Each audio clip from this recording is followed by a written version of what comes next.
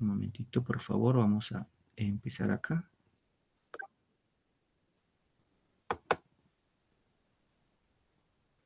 Muy bien.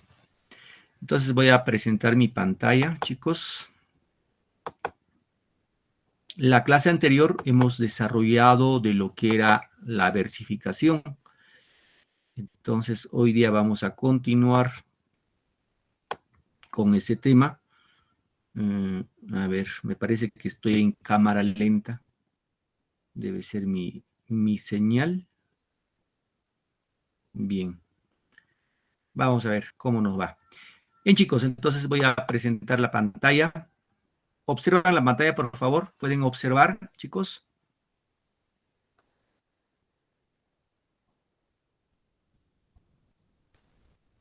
Sí, A ver, un profe. momentito, me parece que está cargado. Ok, muchas gracias. Muy bien, queridos chicos, entonces voy a presentar a pantalla completa el tema de comunicación, en este caso vinculado a lo que son géneros literarios, ¿sí? Géneros literarios, que es otra parte de lo que es teoría literaria y que debemos conocer sucintamente estos géneros literarios que se ha desarrollado a través de la literatura, ¿no? De todos los tiempos. Bien, entonces como teoría, como introducción, vamos a indicar en este caso de qué son los géneros literarios.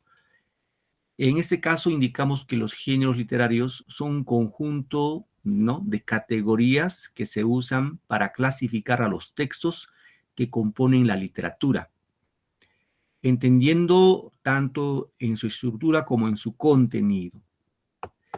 En este caso, ¿qué más decimos? Que los géneros literarios plantean un acuerdo de cada obra respecto al modo en el que se debe o en el que debe ser leída, que se debe esperar de ella, cuáles son o cuáles deben ser sus características fundamentales.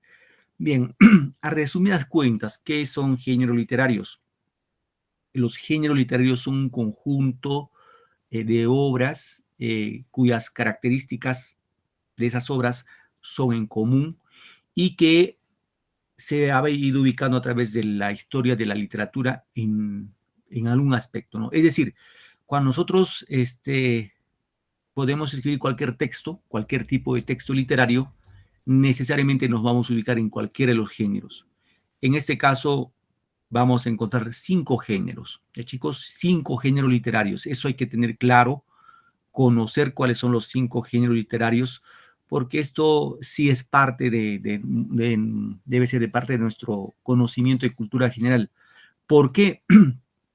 Por lo que en este punto les pueden preguntar texto tal o la obra tal, a qué género pertenece. Entonces debemos tener en cuenta, conocer cuáles son las características de los géneros literarios, de los 5 géneros literarios que bueno, en este caso vamos a estudiar. Bien, vamos a partir, bueno, un poco para ver cuáles son esos 5 géneros, ¿no? El primer género que vamos a estudiar es el género épico, ¿sí? El género épico. Luego viene el género lírico, luego viene el género narrativo, el género dramático y el género expositivo. Son 5 géneros y entonces vamos a ir estudiando uno por uno estos géneros que de alguna manera nos van a permitir conocer, comprender y luego de ello poder identificar, cuando ustedes van a leer una obra, pueden ser, esta obra, este texto pertenece a tal género. No tengamos ninguna dificultad de identificar. Es el propósito, en este caso, de nuestra sesión del día de hoy. Muy bien, entonces vamos a partir por el género literario, el género épico en este caso. ¿Qué es el género épico? Dice que es aquel que presenta hechos legendarios. Esto es importante, chicos. En el género épico vamos a encontrar hechos legendarios, ¿sí? Que en este caso también pueden ser ficticios, pero de forma objetiva, ¿ya? Puede ser, reitero, hechos legendarios o ficticios de forma objetiva. Cuando decimos objetiva, que está fuera del autor, no está dentro de él, sino está fuera de él. En este caso dice desarrollados en un espacio y tiempo determinado. El autor de este género literario suele expresarse por medio de la narración, se puede comunicar por la narración, aunque también puede incluir, en este caso, la descripción y el diálogo. Ahora, el género épico tiene 2 especies. ¿sí? En este caso denominados los subespecies o subgéneros épicos. En este caso podemos decir que este género podremos encontrar subgéneros ya sea en verso o en prosa. Ya este tema sí hemos estudiado. Ya saben ustedes que algunos textos lo vamos a escribir en verso o lo escriben en verso cuando es poesía y en prosa cuando es narración, ¿no? Es cuando es secuenciado, es continuo, como un cuento, una novela, etcétera, ¿no? Entonces tengamos en cuenta eso. Es decir, el género épico por lo común, eso sí, muchachos, chicas, hay que entender que el género épico por lo común se escribe en verso. Está escrito en verso, o sea, en poesía, ¿ya? Ahora, el género épico tiene dos especies o dos subgéneros. En este caso, la primera es una epopeya y la segunda es un cantar de gesta o un poema épico o cantar de gesta. Y por ahí el romance, ¿no? Que es poco difundido, pero los más difundidos son la epopeya y los cantares de gesta. Bien, entonces vamos a ver qué es una epopeya. Eso sí, chicos, hay que tener muy claro que entender qué es una epopeya. Dice que la epopeya es una narración memorable, ¿no? Una narración y, digámoslo así, grandiosa, ¿no? De gran importancia para la humanidad o para un pueblo, ¿no? Acá como ejemplo tenemos la obra La Ilíada y la obra La Odisea, que son obras clásicas de la literatura universal. ¿Saben ustedes quién escribió la obra La Ilíada, chicos, chicas? ¿Quién es el autor de La Ilíada y La Odisea? ¿Alguien recuerda por ahí? ¿Quién es el autor de La Ilíada?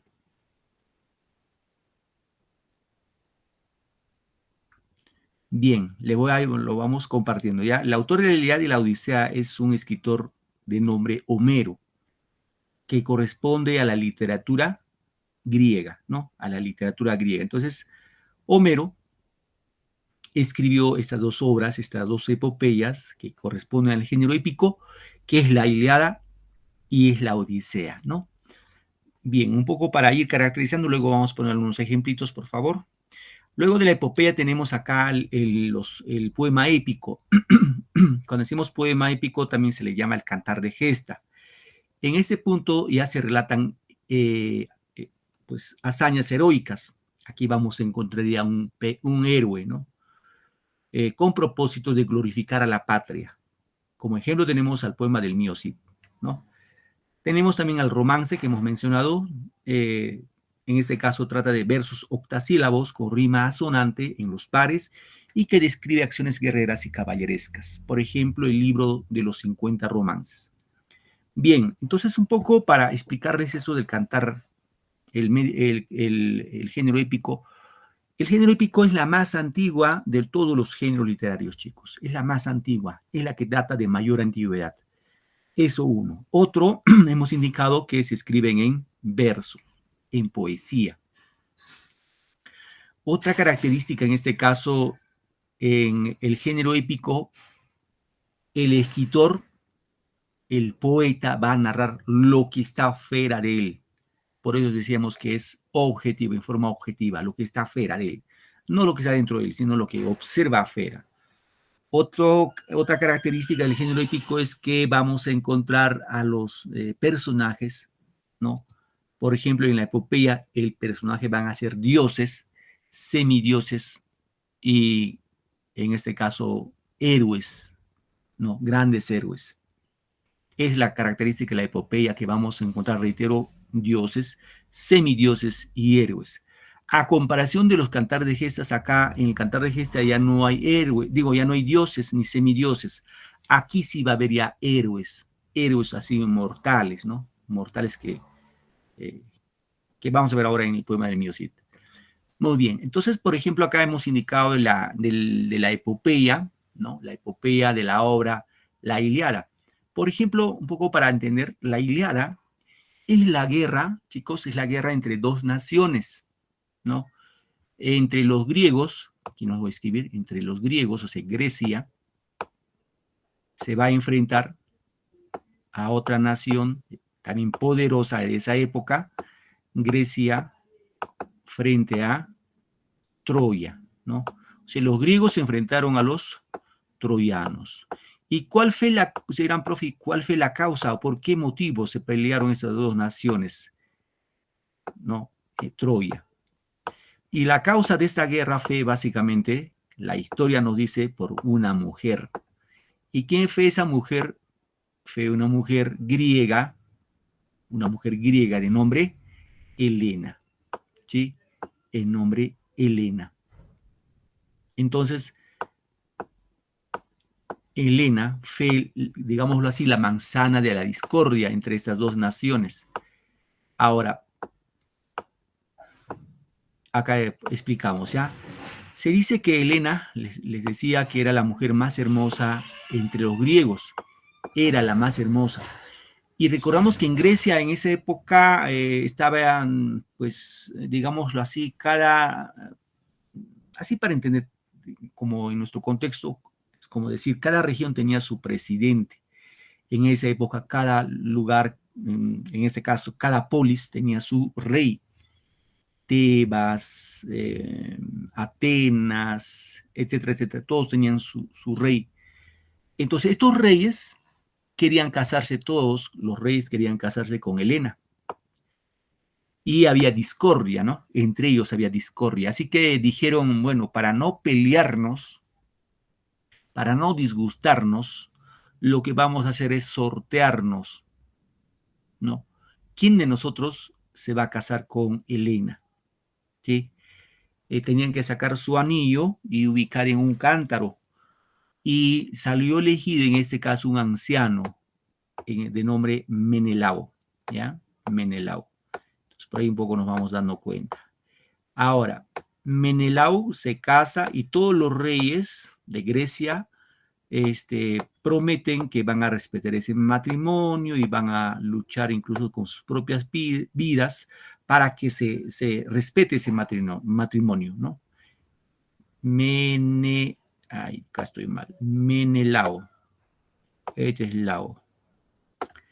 Menelao. Ya es el nombre del rey que se casó con Helena. Bueno, se casaron, Helena y Menelao se casaron muy bien, fueron de alguna manera dichosos, pero, ahí viene el pero, un príncipe troyano va al palacio de Menelao, la conoce a Helena y se la rapta, se la roba a Helena.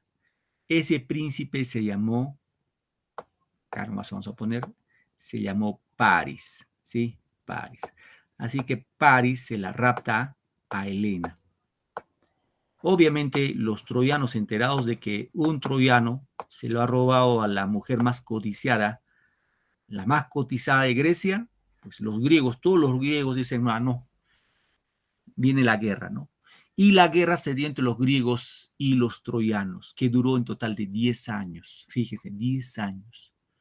Ahora, en Grecia, el héroe no era Helena, obviamente, ¿no? El héroe era Aquiles. Entre los griegos, Aquiles era el héroe. Ahora, Aquiles no era un simple mortal, sino que Aquiles era un semidios. Chicos, era un semidios. Ahí está lo importante. Era un semidios. Ese era el héroe entre los griegos, Aquiles. Mientras que en los troyanos el héroe era Héctor. ¿Sí? Héctor. Estos eran los héroes. Entonces se desarrolla la guerra, ¿no? Y hay una historia que les voy a contar para darnos cuenta que esto es, vamos a encontrar acá como personajes a dioses, semidioses, etcétera, ¿no? ¿Cuál es la historia de Aquiles? Aquiles, como les dije, es el héroe de entre los griegos, pero este Aquiles era un semidios. Que eran, profe, ¿por qué semidios? Porque su madre fue una diosa, ¿sí? La diosa Tetis, así se llama, la diosa Tetis, la diosa del mar, ¿no? Esta diosa Tetis se enamoró. Ojo, en la época de los griegos, no es que los dioses eran imaginarios, sino eran reales, de carne y hueso. Esta diosa Tetis se enamoró de un humano, de un mortal de nombre Peleo, ¿no? De nombre Peleo. Entonces, ¿qué pasó entre Tetis y Peleo? Tuvieron un hijo, en este caso, de nombre Aquiles, y ese Aquiles salió un semidios, casi inmortal. ¿Por qué, profe? Dirán ustedes, ¿por qué casi? Porque tenía un punto débil. Como la diosa Tetis era la diosa del mar, se dice que cuando dio luz a Aquiles, lo cogió de su piecito, de su talón izquierdo, y lo metió de cabeza al mar. Y la parte que lo mojó el mar era invencible, o sea, no lo mataba ni una bala, como se podría decir, era invencible, excepto su talón izquierdo, porque esa parte, como digo, lo cogió, la mamá lo cogió, y al cogerlo seguramente esa parte lo cubrió, no se mojó, y eso era su punto débil de Aquiles, su talón izquierdo.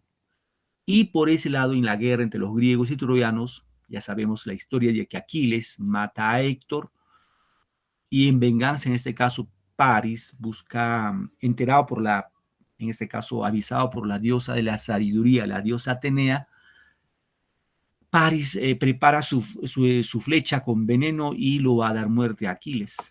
¿Sí? Da muerte a Aquiles. Aquiles muere.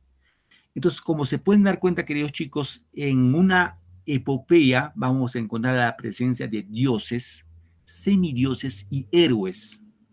En este caso, por ejemplo, en lo poco que hemos contado, porque es una obra bastante extensa, tenemos a Tetis, una diosa. Su hijo, Aquiles, es un semidios.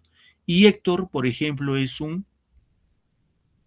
héroe, es un humano héroe. Entonces, es una característica de la epopeya en la que vamos a encontrar dioses, semidioses y héroes, ¿no? A comparación de los cantar de gesta, en el cantar de gesta ya no hay dioses ni semidioses. Aquí hay héroes, solamente héroes humanos, ¿no? Por ejemplo, acá se nomina como ejemplo el poema del Mío Cid.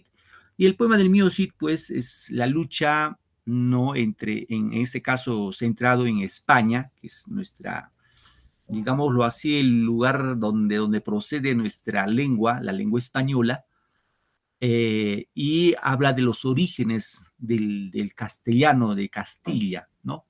El poema del Mío Cid, en este caso, el Cid, porque es el personaje Cid, Ruy Díaz de Vivar, va a luchar por expulsar a los, en este caso, a los, llamemos así, a los musulmanes de tierras de España, ¿no?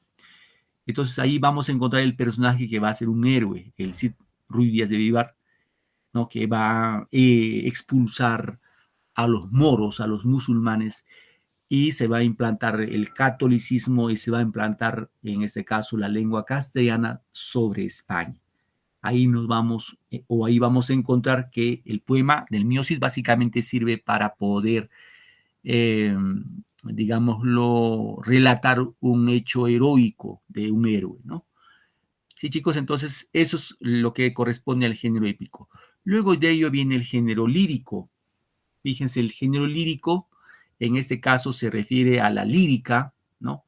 Y lírica viene de lira. ¿Y qué es lira, profe? Dirán ustedes, lira es un instrumento musical de cuerda en la cual los antiguos, obviamente, aedos, poetas, eh, pues cantaban estos poemas líricos acompañados de la lira, ¿no? Del instrumento de la lira. Ahora, el género lírico, como ustedes saben muy bien, ya queridos chicos, el género lírico igual está escrito en verso, es poesía, igual que el género épico, ¿no? ¿Qué más podemos decir? La lírica, por lo general, tiene tres recursos esenciales. Por ejemplo, va a tener la rima, que hemos visto la clase pasada, ya tenemos una idea de qué es la rima, las estrofas, ¿no? Y la métrica, ¿no? Que son los tres elementos importantes de lo que es el género lírico. En cuanto a la forma, las obras líricas pueden ser escritas sobre todo en verso, ¿no? En verso. Eso es importante. En verso. Bien. ¿Cuáles son los subgéneros del género lírico? ¿Qué subgéneros conocemos? Aquí vamos a encontrar, por ejemplo, a la oda, ¿no? La oda, que es una composición lírica en verso, ¿no? De cierta extensión y de tema noble y elevado, ¿no? Otro subgénero lírico, otra especie lírica, encontramos la elegía, que es una composición de carácter lírico. También encontramos a égloga, que es una composición poética de género bucólico, ¿no? ¿Qué más tenemos? La sátira también, que es una especie de género lírico, Es una composición lírica en verso o en prosa que censuran vicios individuales y colectivos. Y acá también encontramos la canción, ¿no? Que es un poema en verso de tema amoroso, por lo común tema amoroso que puede exaltar otras cosas. Chicos, bien, aquí nomás un pequeño paréntesis. Como pueden ver ustedes, chicos, chicas, en el género lírico y el género épico, estos dos géneros que hemos visto, están escritos en su mayoría en poesía, en verso, ¿sí? Entonces pueden decir, profe, ¿cómo puedo diferenciar entre, si los dos están escritos en poesía, ¿cómo lo voy a diferenciar? La mejor y la única manera de diferenciar radica en lo siguiente, chicos. ¿Cuál es eso? El género épico o en el género épico el poeta narra historias que están fuera de él. Por eso había dicho que es objetivo, ¿no? Lo que está fuera de él, lo que observa a los dioses, semidioses, héroes, etc. Mientras que en el género lírico, el poeta va a narrar lo que está dentro de él, sus sentimientos, sobre todo sus sentimientos, va a narrar. Entonces, cuando hablamos del amor, un poema del amor, por ejemplo, cualquier poema del amor corresponde al género lírico, porque el poeta narra sus propios sentimientos, ¿no? Narra sus propios sentimientos. Entonces, esa parte siempre hay que tener en cuenta. Entonces, la diferencia radica básicamente, sustancialmente, que el género épico, el poeta narra lo objetivo, lo que está fuera de él, lo que puede haber observado, con historias de dioses, semidioses y héroes. Mientras que en el género lírico es subjetivo porque el poeta narra sus propias vivencias, sus sentimientos. Es la diferencia. Entonces, eso que quede claro, chicos. Muy bien. Pasamos ahora a otro género, en este caso que corresponde al género narrativo. ¿Sí? Como pueden ver, el género narrativo en la actualidad es el género que más se difunde actualmente. Ya, chicos, es el género difundido ahora. O sea, es decir, los escritores ahora en la actualidad son los que cultivan más. Bien, ¿qué dice o qué es el género narrativo? En este caso presenta una secuencia de hechos, de sucesos o acontecimientos de ficción y escritos, esto sí, en prosa. No hay género narrativo, no puede estar escrito en verso, debe estar escrito en prosa, como un cuento que ustedes ya saben, ¿no? Entonces, eso que quede claro, por favor, queridos alumnos. Presentan una secuencia de hechos, acontecimientos, sucesos, etcétera, por lo común de ficción, pero escritos en prosa, ¿no? Utiliza como formas de expresión, en este caso, pues, la narración, la descripción, el diálogo. Ahora, tiene subgéneros el género narrativo, subgéneros o especies del género narrativo. Eso hay que tener en cuenta. Si por ahí te preguntan las especies del género narrativo, ahí tenemos al cuento, ¿no? El cuento, tenemos a la novela, ¿sí? Estos dos son los más importantes, el cuento y la novela. Observen acá, chicos. ¿Qué es el cuento? El cuento es, por lo común es una narración de carácter popular, que también algunas veces es de autor anónimo, ¿no? Acá está lo importante, es un relato, dice, el cuento es un relato breve, es corto, chicos, de una pericia inventada, o sea, de algo creado por el autor, ¿sí? Ejemplo, acá tenemos Paco Yunque. Mientras que la novela es un relato largo, extenso, ¿no? Aunque de extensión variable, con un argumento mucho más desarrollado que el cuento. Ejemplo, La Casa Verde, de Mario Vargas Llosa. Ahora, aquí hay que tener algo claro, queridos alumnos. ¿Cómo diferenciamos el cuento con la novela? ¿Cómo podemos diferenciarlo? ¿Será lo mismo? No, no son lo mismo. La característica esencial, aquí hay que tener en cuenta, queridos chicos, esto sí no hay que olvidarlo nunca, por favor. El cuento es corto, ¿sí? La novela es extensa. Y alumnos, reitero, el cuento es corto, la novela es extensa. Es una característica. Otro, en el cuento vamos a encontrar pocos personajes. En la novela vamos a encontrar muchos personajes. ¿Sí? ¿Qué más, profe? El cuento narra una sola historia. La novela narra varias historias. ¿Sí? Varias historias. Entonces, eso es una característica del cuento y la novela. ¿Sí? Ojo, a novela. Algunos no vayan confundidos con telenovela, eso que da en la tele. Eso no es literatura, es subliteratura. Entonces, una cosa es el cuento y otra cosa es la novela, pero como texto escrito. Acá, por ejemplo, bueno, como ejemplo han puesto Paco Yunque. Hay otros cuentos más que ustedes seguramente lo han leído.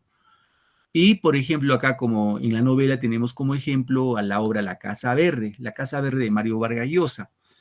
Entonces, si nos damos cuenta, queridos chicos, aquí, reitero, en el cuento vamos a tener básicamente como característica la extensión, o sea, el tamaño de la obra.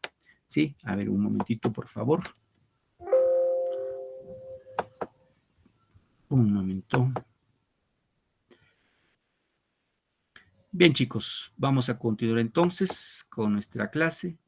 A ver, un ejemplo de cuento y novela, ¿ya? Para que tengan en cuenta, por ahí lo puedan diferenciar ustedes así sustancialmente.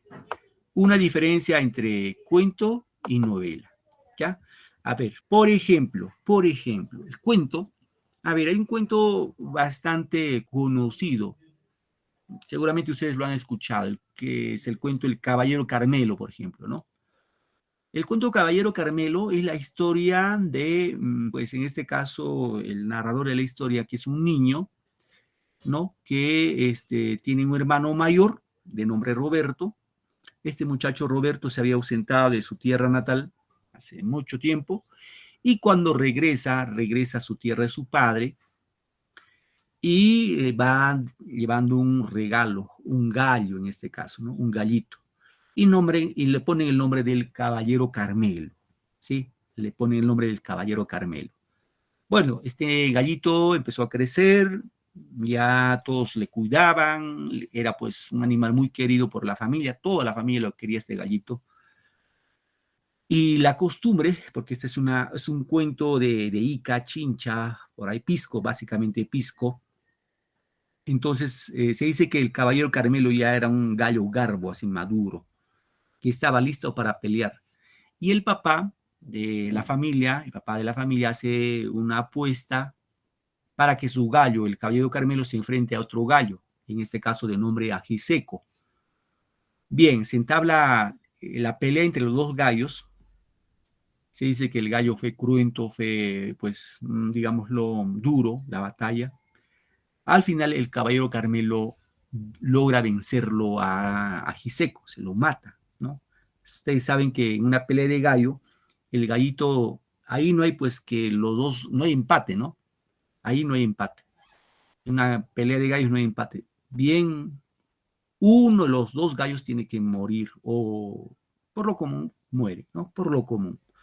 Y seguramente saben ustedes cómo muere, o sea, por lo común puede quedar herido, sí, pero una vez que el gallo planta el pico sobre la arena, ese gallo ya perdió, ¿no? Entonces el caballero Carmelo le va a ganar al Ajiseco, o sea, Ajiseco plantó la cabeza, plantó el pico sobre la arena, pero el caballero Carmelo también estaba herido por por el enfrentamiento, ¿no? Es así que, ¿qué es lo que hace en este caso eh, la familia? Lo atiende por 3, 4 días, pero el gallo no podía comer, no podía tomar agua, estaba mal herido y al final de la historia este gallito muere, ¿no? Al morir, el gallo deja consternado a toda la familia.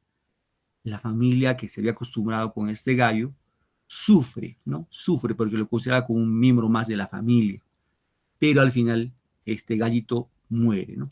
Y por ejemplo, es un cuento, ¿no? Un cuento en la cual se narra una sola historia, ¿sí? Hay una sola historia, la historia del caballero Carmelo, el gallo de pelea. Nada más, ¿sí? Es un cuento. Mientras que la novela, reitero, es extenso.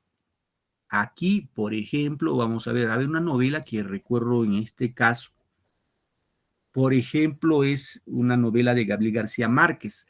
Recuerden que Gabriel García Márquez es un narrador novelista colombiano, ganador del premio Nobel. tiene una obra que se llama 100 años de soledad.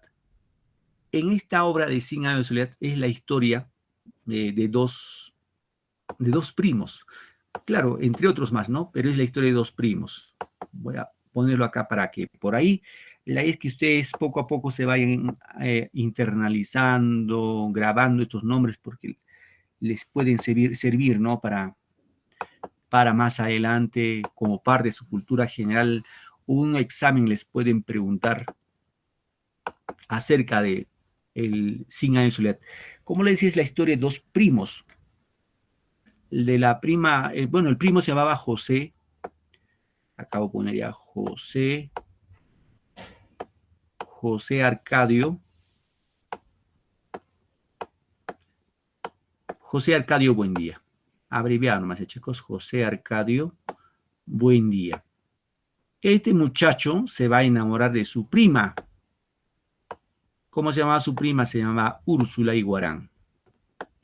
Ya, Úrsula. Para tener en cuenta, ¿ya, chicos? Úrsula Iguarán.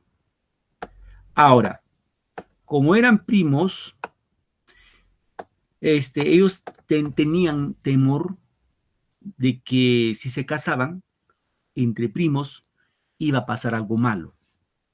¿Y cuál era ese algo malo? La creencia se dice que en Colombia, en este caso en la historia, porque se va en base a la historia colombiana, se dice, se cree que la persona que se case con su familiar, con un primo o una prima, los hijos nacen con cola de cerdo.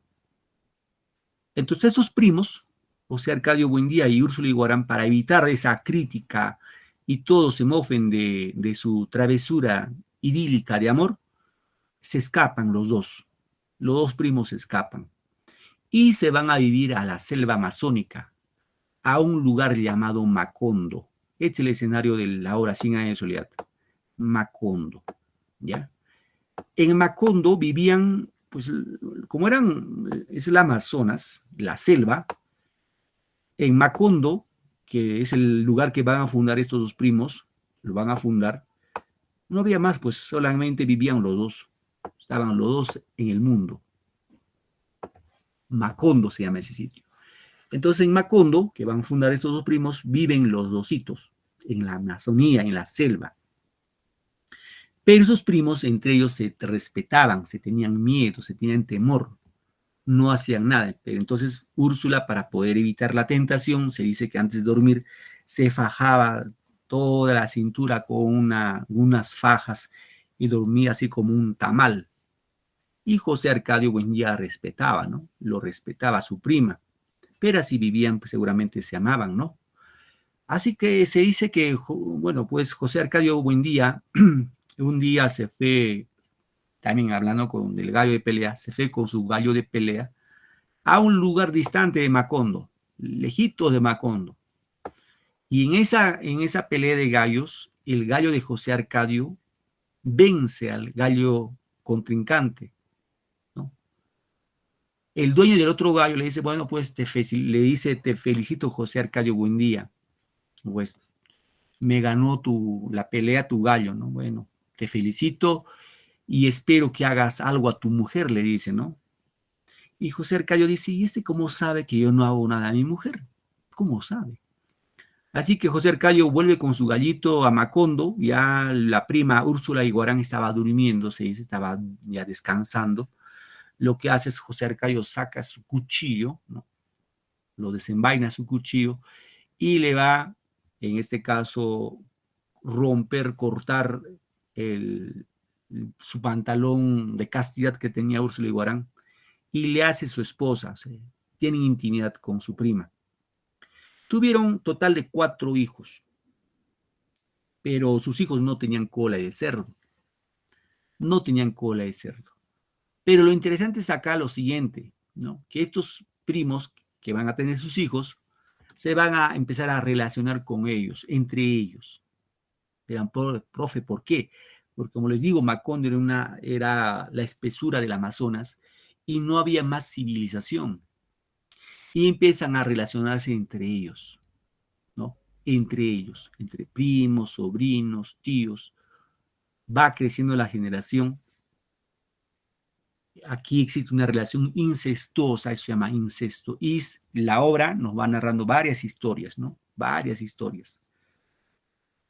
¿Qué pasa al final de la obra? Porque, ojo, acá solamente les cuento una pequeña partecita, ¿no? La historia es que al final de la obra se dice que la cuarta generación de los Buen Día, hay un niño que nace con cola de cerdo, ¿no? Hay un niño que nace con cola de cerdo, viene un viento huracán y arrasa con Macondo, o sea, destruye Macondo. Por eso se llama 100 años de soledad, porque fue esa generación duró 100 años, que se casaron entre los primos, sus hijos se relacionaron entre ellos, una relación incestuosa. Ahí encontramos este tema, chicos. ¿Qué encontramos, profe? Que encontramos la ficción. Es la característica del género narrativo, existe la ficción.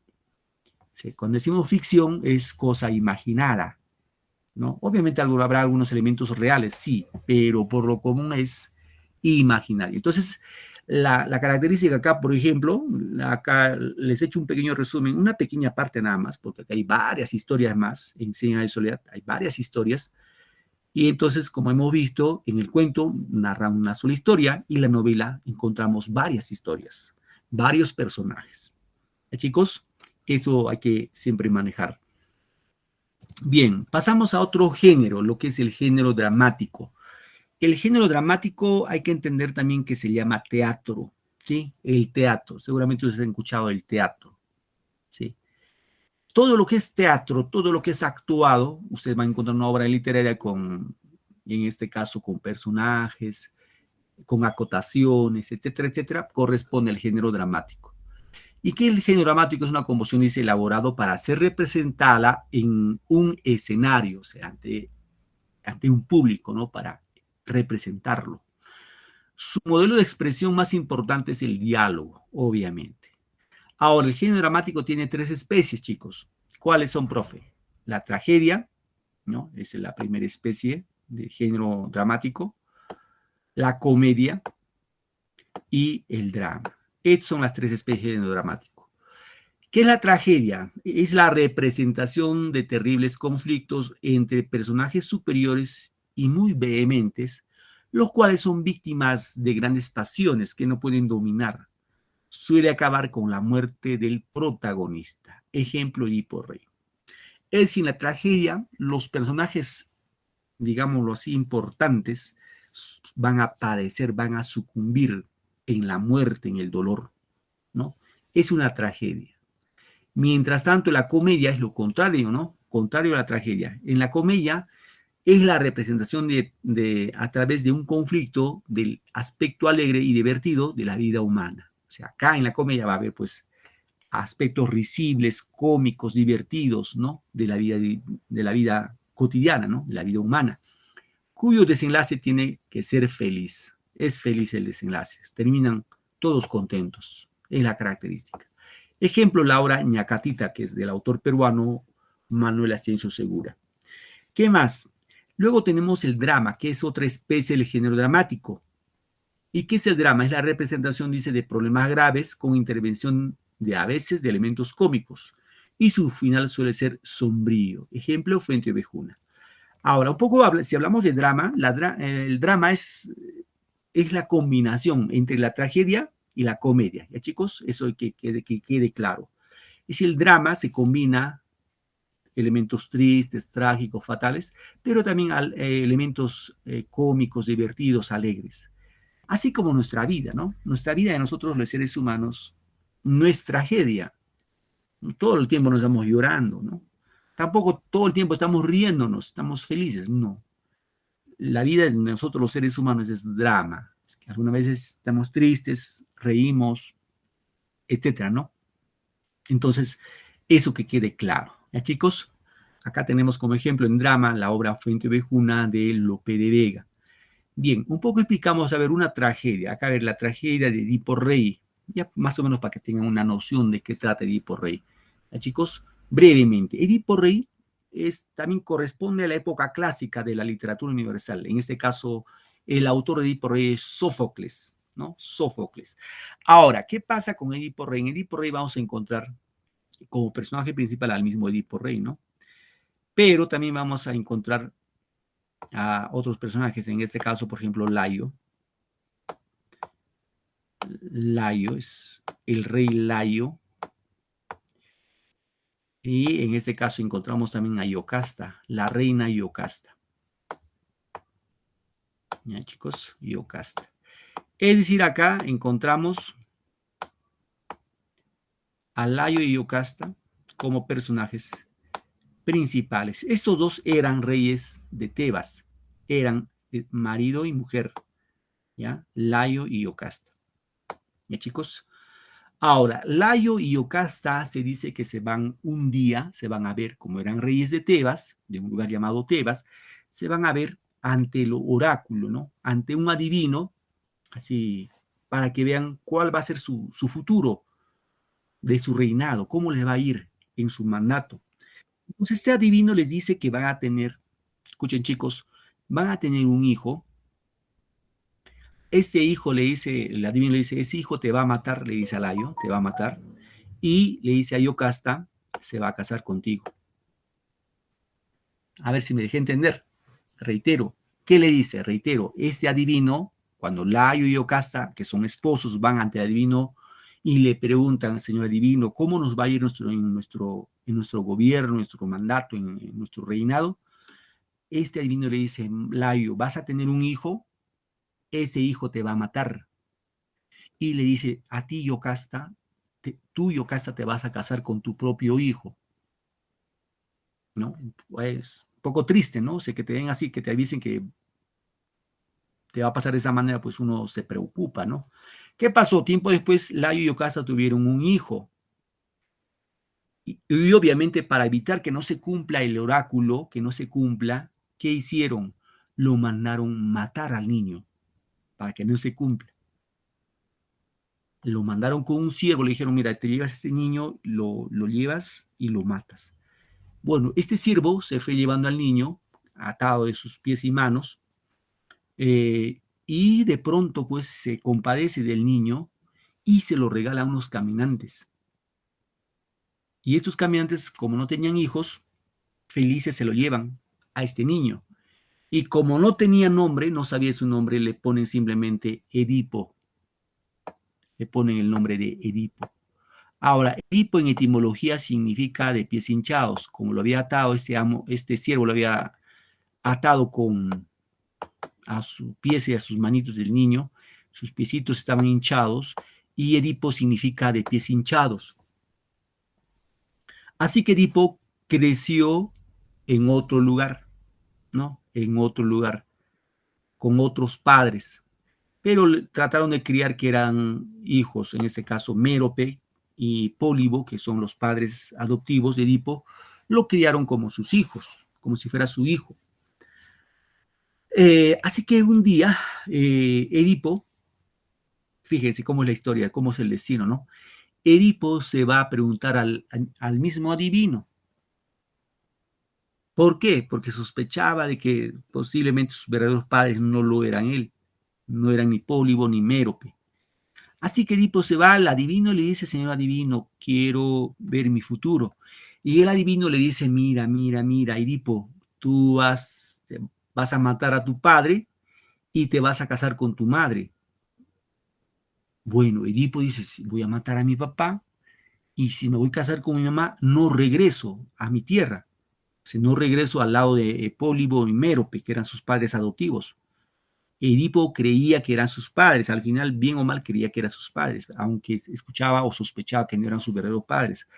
Así que Edipo, ante el anuncio del adivino, Edipo decide no regresar a su tierra, no regresa, y empieza a divagar, a, digámoslo así, caminar como vagabundo por distintos lugares, en este caso de Grecia, ¿no? ¿Y qué pasa? Pasa que se dice en un camino que Edipo iba divagando, casi lo atropella un carruaje, es carruajes que van con caballo y arrastrando unas personas.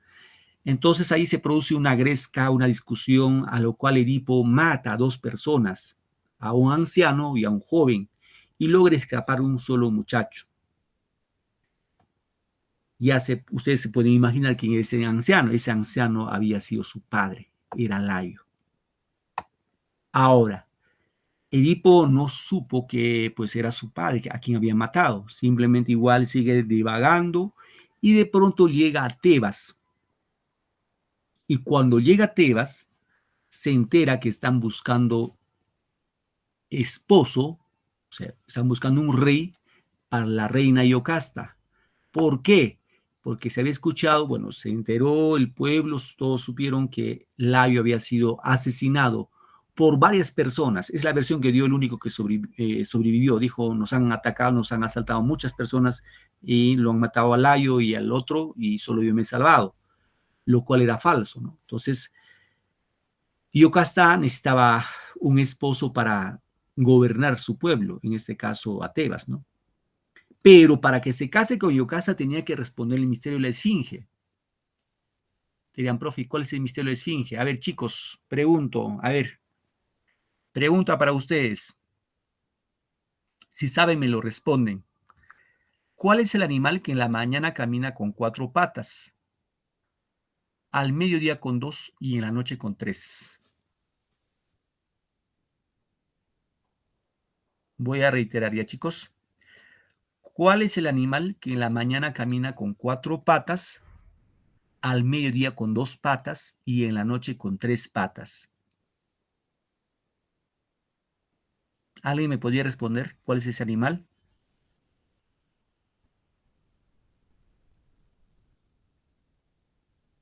¿Poco difícil?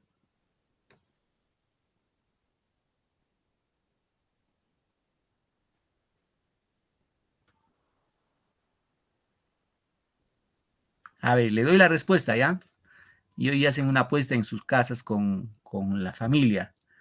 ¿Cuál es el animal que en la mañana camina con 3, digo, en la mañana con 4 patas, al mediodía con 2 y en la noche con 3? La respuesta es el hombre. ¿Por qué? Porque cuando nosotros somos niños, en la mañana caminamos con 4 patas, se gateamos de 4, ¿no? Y ya al mediodía ya caminamos de 2. Y cuando somos ancianos, al final de nuestra existencia, caminamos con el bastón, que serían 3 patas. Y la respuesta entonces el hombre. Y esta respuesta lo respondió Edipo. Y Edipo se casó sin saber con Iocasta. Se casaron, tuvieron 4 hijos. Y nunca se hubiera enterado que pues se había casado con su propia madre y que había matado a su papá. El detalle es que empezó la peste, ¿no? Empezó la peste, la gente del pueblo de Tebas se moría y Edipo indagó por qué la gente de su pueblo se moría y cuando fue a indagar le dijeron que para que calme la peste tenía que salir del pueblo el asesino de Layo, el asesino de su padre. ¿Y quién era? Era Edipo, pues. Así que se hacen las indagaciones y se entera de que él era el que había matado a su papá y se había casado con su propia madre. ¿Qué hace acá Yocasta? Yocasta han enterado que se ha casado con su propio hijo, se ahorca con su cabello. Fíjense, ahí está la tragedia. Se ahorca. Mientras Edipo coge los prendedores de su madre y se pincha los ojos y dice, maldito yo haber engendrado a mis hijos en donde yo mismo fui engendrado y no quiero ver la luz del día. Y pide que lo voten así, ¿no? Ciego, ¿no?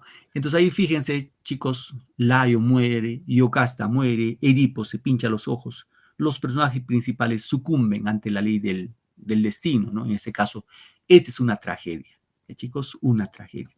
Es importante conocer y considerar estos aspectos que les va a servir a ustedes. Muy bien, y el último género es el género expositivo o el género didáctico, ¿no? En este caso, seguramente es el género que menos se ha desarrollado, hay poco trabajo en este género. Se ubica en el análisis racional, ¿no? En lo cognitivo y la creación literaria. En este caso expresa ideas y argumentos en una relación de un tema determinado. Y sus especies son básicamente la fábula y el ensayo. ¿Ya, chicos? Ya saben ustedes qué es la fábula. Es un relato en prosa, o puede ser en verso, de una anécdota de la cual se puede extraer una secuencia moral. Es decir, va a haber una, ¿qué existe en una fábula, chicos? Una moraleja. Siempre hay moraleja, ¿no? Ya saben que sus personajes suelen ser los animales. Ejemplo, acá tenemos Esopo, ¿no? Las fábulas de Esopo. Mientras que el ensayo es un subgénero didáctico más importante de la actualidad, escritos en prosa, consiste en una exposición aguda, original de un tema científico, pues filosófico, artístico, político, religioso, literario, etc. Por carácter general, es decir, sin que el lector precise conocimientos especiales para comprenderlo. Ejemplo, la obra Páginas Libres de González Prada. Muy bien, en síntesis, es esto, chicos, lo que hemos hablado el día de hoy de los géneros literarios. Les reitero, por favor, esto sí, no hay que olvidarnos. El género épico, como especies, tenemos, en este caso, a la epopeya, el género épico, a la epopeya, al cantar de gesta y el romance. Chicos, mientras que el género lírico, sus especies son la oda, elegía, égloga, sátira, canción. Luego hemos visto el género narrativo, sus especies son sobre todo el cuento y la novela, esas son sus especies. Mientras el género dramático tenemos como especies a la tragedia, la comedia y el drama. Y por último, el género expositivo tenemos como especies a la fábula y el ensayo. Esto es necesario conocer. Muy bien, queridos chicos, no sé si habrá alguna pregunta de parte de ustedes. ¿Alguna pregunta, alguna inquietud?